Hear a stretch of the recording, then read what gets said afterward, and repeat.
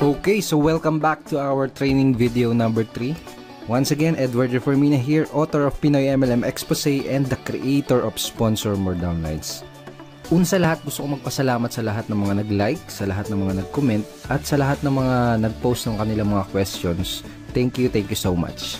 So, I hope napanood mo na yung ating video training number 2. Dahil dun sa training video number 2, pinag-usapan natin yung mga common MLM myths na pinaniniwalaan ng mga Pinoy networkers na pumipigil sa kanila para magkaroon ng resulta at maging successful sa kanilang mga business. Tinuro ko din do sa training video number 2 kung paano mo sasagutin yung top 3 most common MLM objections. So ngayong araw na to, in this video, pag-uusapan natin yung pinaka-importanting skill na kailangan mong matutunan as a network marketer. At yun ay ang closing skill. So bakit ba napaka-importante na matutunan natin at ma-master natin itong closing na to? Let me tell you a true story. Nung unang na-introduce sa akin ang network marketing, naisip ko kagad kung sino-sino yung mga tao na pwede kong matulungan do sa magiging network marketing or MLM business ko. Isa sa unang pumasok sa isip ko ay yung classmate ko nung college. Alam ko kasi yung hirap niya sa buhay. Kumbaga siya yung sumusuporta sa mga magulang niya, siya yung sumusuporta na sa buong pamilya niya, siya yung nagpapaaral ng mga kapatid niya. Gustong-gusto ko siyang mapasali sa business ko dahil alam ko na malaki yung maitutulong sa kanya at sa pamilya niya ng opportunity ko. Kaya ang ginawa ko, in-invite ko siya doon sa opportunity meeting ng company namin.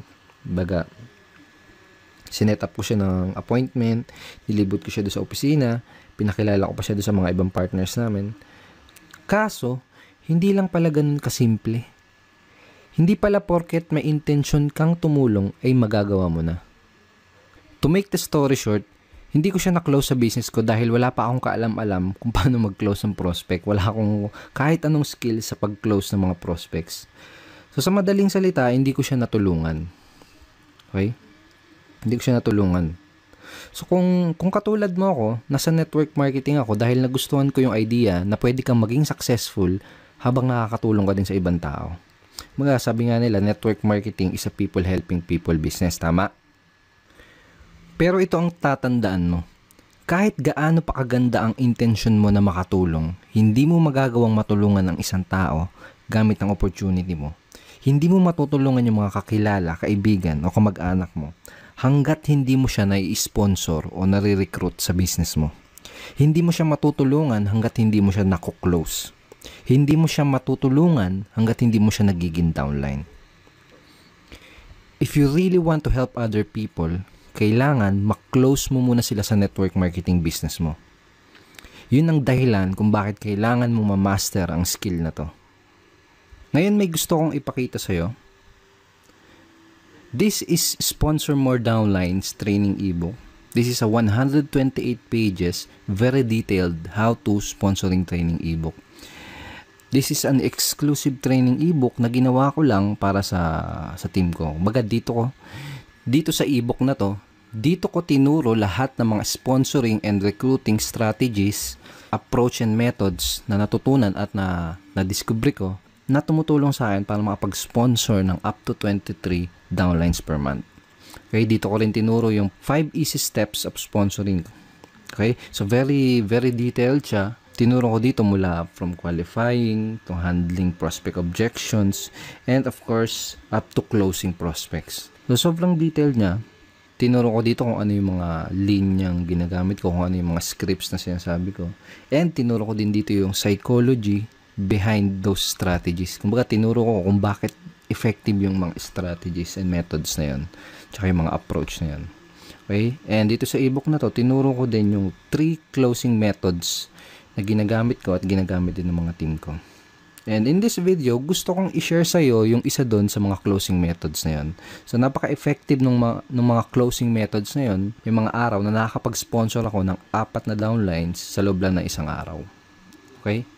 Pero bago ko ituro sa iyo yung isa doon sa mga closing methods na yun, gusto ko munang i-share sa iyo yung mga naging resulta ng mga taong nabahagian at naturuan ko na ng mga strategies at mga approach mula dito sa training ebook na to. Okay, so bali ito yung sinabi ni Arvin J. Basilio from Cebu City. Sabi niya, By applying his teachings and strategies in Sponsor More Downlines training ebook, I was able to sponsor 13 people and earn 14,110 pesos in just 11 short days. I have never experienced such fast results in my life. The teachings taught by Edward in objection handling also increased my sign-up rate by 200%. I became truly unstoppable in my business and I couldn't be more thankful. So yun sinabi ni Arvin J. Oh, thank you, bro. Ito naman yung sinabi ni Elisa Cruz from Cavite City. Sabi niya, mas nakukuha ko yung trust nila dahil sa mga scripts na sinusunod ko sa trainings.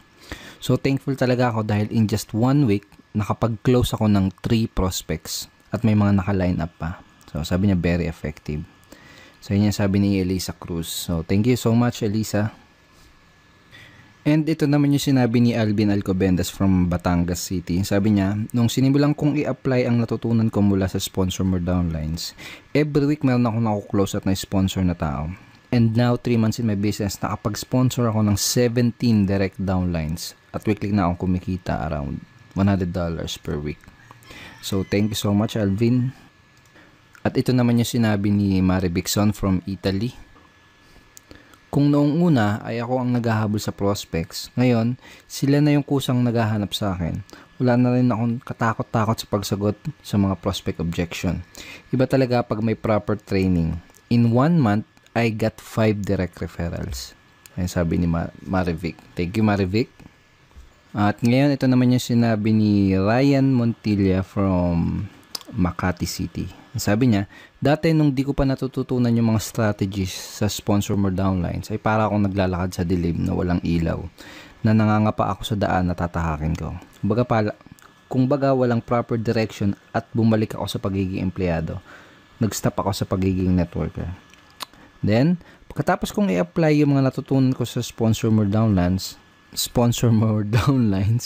ay sobra, rocket ship to the maximum level.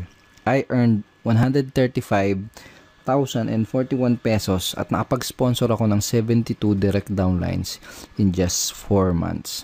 So, ayun sabi ni Ryan Montilla. So, thank you so much, Ryan, and congratulations sa results mo. At lastly, ito naman yung sabi ni Mr. Rafi Calicdan from Quezon City. Sabi niya, pagkatapos ko matutunan ang mga teachings ni Sir Edward Reformina, nakasponsor ako ng 26 downlines in just 56 days. I earned $945 in 2 months. I never expected na ganun ka-effective yung pag-apply ko ng natutunan ko. It has unleashed the leader potential in me. Ang leadership pala ay natututunan as long as you have the willingness, the proper knowledge, guidance, and training tool to help you grow your team tremendously. Ito pa sabi niya. Lahat ng natutunan ko, pinasa ko sa downlines ko, and the training material is indeed very helpful and powerful. Nakaka-proud lang na pati downlines ko ay nagkakaroon na ng results in just short span of time. So, yun sabi ni Rafi Calicdan from Quezon City. Thank you so much, Rafi, and congratulations din sa results na nakukuha mo. Yeah. Andito tayo ngayon sa loob ng Sponsor More Downlines training ebook. Dito tayo sa loob and papakita ko lang sa iyo saglit yung pinaka-content niya. Okay, so ito yung pinaka-content nitong training ebook na to. Right? So dito sa 3 closing methods, itong the consultant close ang gusto kong i-share sa iyo. Alright, so simulan na natin ngayon. Dito sa closing method na to, baga parang boss na boss yung dating mo. Okay? Para ka lang nag-i-interview ng mga nag-a-apply ng trabaho. So, para kang nag-i-interview ng prospects. Okay? Yun yung parang ano niya, yung magiging flow niya. Pero ang kagandahan at saka pinaka-nagustuhan ko dito sa method na to, bukod sa napaka-effective niya, ay napaka-simple at madaling i-execute. So, perfect to, lalo na kung nagsisimula ka pa lang or kung bago ka pa lang na networker. Okay? So, kung nagsisimula ka pa lang, kayang-kaya mo kagad i-apply or i-execute kagad ang closing method na to. Pero kung matagal ka na sa network marketing, well, that's much better. Actually, mas maganda yun kasi, kumbaga, solid na yung confidence mo for sure. Kumbaga, mas madideliver mo na tong method na to ng smoothly at mas, may execute mo siya ng mas maganda at mas maayos. Okay, pero don't underestimate the simplicity of this approach and this method kasi kahit napaka-simple niya, ay napaka-effective at powerful niya. Okay? So, for example, napanood na ng prospect mo or nakita na ng prospect mo yung business opportunity presentation ng company nyo.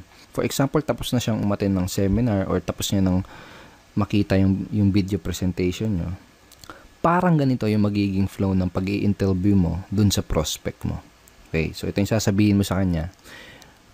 Base dito sa mga nakita mo, tingin mo ba or naniniwala ka ba? Ganon. Base dito sa nakita mo, naniniwala ka ba na makakatulong itong business or opportunity na to sa'yo para yung reason why nila? Okay? So, make sure na bago ka mag-close is alam mo yung reason why ng prospect mo. Napaka-importante. I cannot tell you how important na malaman mo yung reason why ng prospect mo. Okay, so for example, ganito. Base dito sa mga nakita mo, base dito sa napanood mo, naniniwala ka ba na makakatulong itong opportunity na to sa'yo para mapatapos mo ng pag-aaral yung mga anak mo?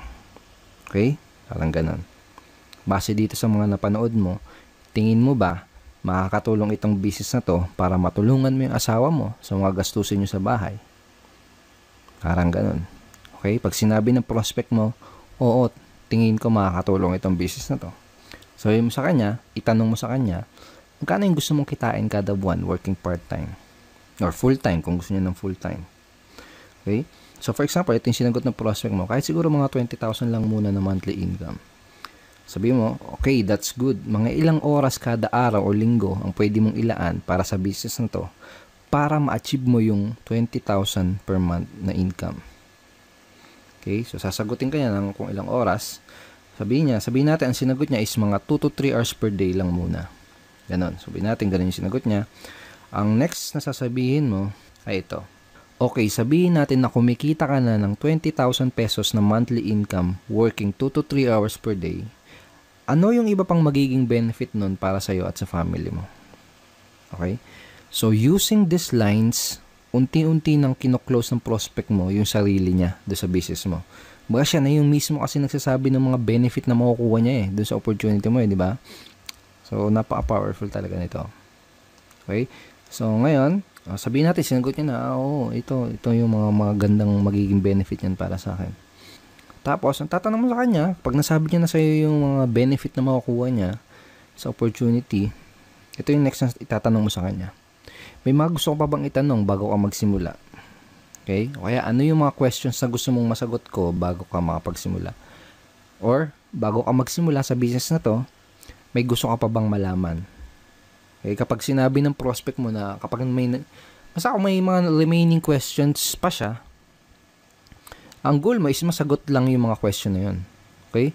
Ang goal naman kasi talaga natin is mabigay lahat ng mga kinakailangan na information para makagawa ng informed at sariling decision yung prospect natin. Okay? So, for example, may objection pa siya natitira, kung may question pa siyang natitira, ang goal mo lang is masagot yun. So, make sure na napanood mo din yung video training number 2 natin dahil tinuro ko sa iyo yung mga tinuro ko dun sa video training na yun kung paano mo sasagutin yung mga most common MLM objections. So, for example, sinabi na ng prospect mo na wala naman na siyang question. Ang magiging closing line mo ay ito.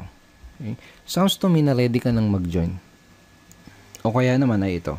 Mukhang handa ka nang magsimula. Tama ba? Kaya, mukhang handa ka nang magsimula sa business na to. Tama ba? Pag sinabi mo yun sa prospect mo, pakinggan mo kung ano yung isasagot nila. Kasi doon mo malalaman kung may mga tanong pa sila or kung may mga objections pa sila. Okay? Kung wala na silang tanong, ang sasabihin lang nila, parang ganito, oo, ready na ako. Or, paano ba magsimula? Okay? Kapag tinanong nila na ganon, kapag tinanong ka na nila kung paano ba magsisimula sa business mo, sabihin mo lang, okay, ganito yung next step na gagawin mo para makapagsimula ka na kaagad. Parang ganon. Okay, let me show you yung mga next steps na gagawin mo para makapagsimula ka na kaagad. Okay? So, ganun, i-guide mo na siya sa pag-sign up do sa business opportunity nyo. kung paano ba yung sign up process nyo. Ituro mo na sa kanya yung step by step na gagawin niya para makasali as soon as possible. So, ganun lang siya kasimple. Di ba sabi ko kanina na very simple lang siya pero very effective. Pero ang kagandahan, pwede mo agad siyang i-apply at magamit sa business na ginagawa mo ngayon. And may mga ibang nagtatanong, natanong nila sa akin, paano kung iba yung isagot nila doon sa itatanong ko. Okay, for example, tinanong ko to, tapos iba yun naman yung sinagot nila, hindi kagaya ng mga example na binigay ko. Well, to tell you honestly, hindi naman kasi importante yung mga script eh. Kaya ang importante is yung psychology sa likod ng kumbaga ano yung reason kung bakit mo tinatanong yung mga questions. Anong reason kung bakit mo sinasabi yung mga example scripts na to. For example, okay, ganito yung next step na gagawin mo para makapagsimula ka na kagad.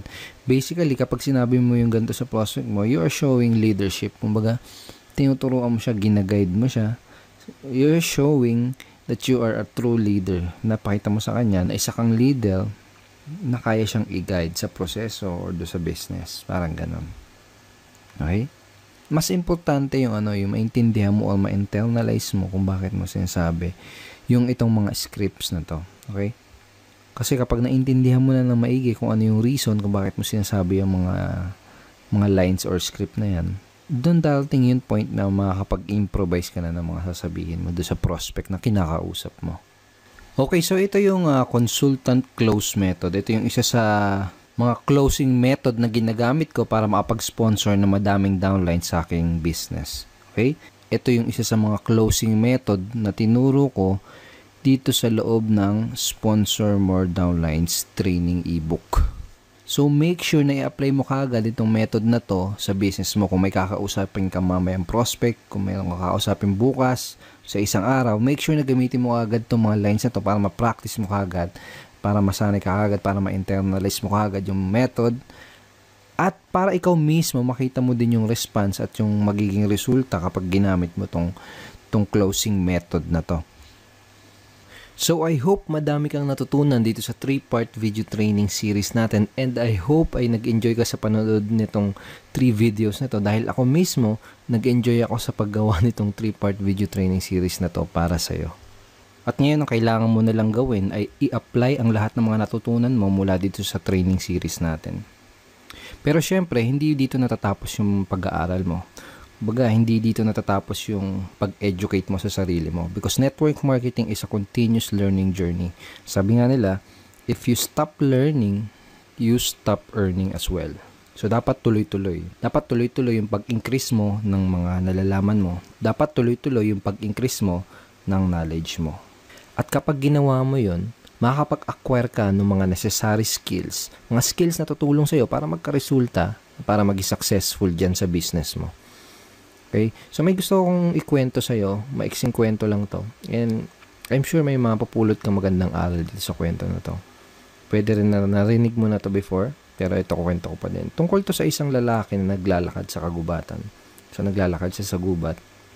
And habang naglalakad siya, may nakita siyang isang mangangahoy na nagpuputol ng puno. Okay? Nakita niya yung mangangahoy na yon na pagod at hirap na sa pagputol ng puno. Tagaktak yung pawis at napapamura pa sa hirap yung mangangahoy habang pinuputol niya yung puno. Ngayon, nagtaka yung lalaki na nakakita sa kanya doon sa mangangahoy. Ginawa niya, tinanong niya yung lalaki. Sabi niya, anong problema kaibigan? Ang sagot ng mangangahoy, mapurol kasi tong palakol na ginagamit ko. Kaya hindi ko maputol ng maayos tong puno. Ang sagot ng mangangahoy. Sabi ng lalaki, bakit hindi mo hasain yung palakol mo? Ang sinagot sa kanya ng mangangahoy, mahihinto kasi yung pagpuputol ko ng puno kapag ginawa ko yun. Mahihinto ako sa pagputol ng puno kapag hinasa ako tong palakol ko. Sagot ng mangangahoy. Sabi ng lalaki, pero kung hahasain mo yung palakol mo, mas magiging mabilis at mas madali ang pagputol mo dyan sa punong yan. Ang sagot ng mangangahoy, wala kasi akong panahon para huminto Habang mas lalo siyang napapagod doon sa ginagawa niyang pagputol ng puno. Habang mas lalo siyang pinagpapawisan doon sa pagputol ng puno na yon. So, napailing na lang yung lalaki tapos naglakad na lang siya papaalis. Iniwan niya na lang yung mangangahoy. Maraming mga networker ngayon ang kagaya ng mga ngahoy dun sa kwento. Karamihan ay hataw lang ng hataw. Araw-araw hataw lang ng hataw. Kahit pinagpapawisan na, kahit hirap na, kahit wala pa ding resulta. Hataw lang ng hataw. Hataw lang ng hataw. Kumbaga hindi sila makapaglaan ng panahon para hasain ang sarili nila para mas maging effective at mas maging efficient dun sa ginagawa nilang negosyo. Now I want to congratulate you dahil the fact na pinapanood mo ngayon ang video na to, katunayan lang yan na gusto mong maglaan ng oras at willing kang hasain yung sarili mo. Willing kang hasain yung mga skill mo.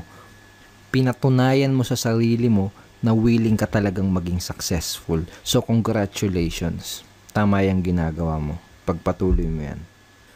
Once again, thank you very much for watching our training video series. Kung nagustuhan mo ang video training series na to, make sure na mapanood mo yung video na ipapadala ko sa'yo bukas. Dahil dun sa video na yun, malalaman mo kung paano ka magkakaroon ng access sa Sponsor More Downlines training ebook. Yes, bibigyan kita ng chance para magkaroon ng access dito sa dating exclusive training ebook na to. Magkakaroon ka ng chance para malaman ang lahat ng mga sponsoring and recruiting strategies, approach and method na tinuturo at ginagawa ko na tumutulong sa akin para makapag-sponsor ng madaming downlines na walang kahirap-hirap. At dun sa video na ipapadala ko sa iyo bukas, malalaman mo din kung paano mo makukuha itong Objection Crusher training ebook for free. Yes, gusto kong ibigay sa iyo itong Objection Handling training ebook na to for free. Pero napaka-importante na mapanood mo yung video na yun bukas dahil hindi ko alam kung ilang Pinoy network marketers lang ang hahayaan kong magkaroon ng access dito sa napaka-valuable at dating exclusive training materials na to. Kaya kung gusto mong magkaroon ng access sa Sponsor More Downlines training ebook at kung gusto mong makuha itong Objection Crusher for free, make sure na mapanood mo yung ipapadala ko sa yung video bukas.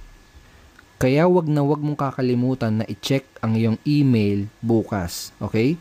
Dahil ipapadala ko sa email mo yung link na pupuntahan mo para mapanood yung video na yun. Okay, once again, thank you so much. And kung hindi mo pa nakiklik yung like button sa baba, please click it and go ahead and share mo din tong page na to sa mga friends mo. And pwede ka din mag-comment dito sa baba ng video na to. At kung may katanungan ka, wag na wag kang mahihiya mag-post ng iyong questions. And I will try my best na sagutin yung tanong mo. So once again, Edward Reformina here and see you tomorrow. Bye-bye. God bless.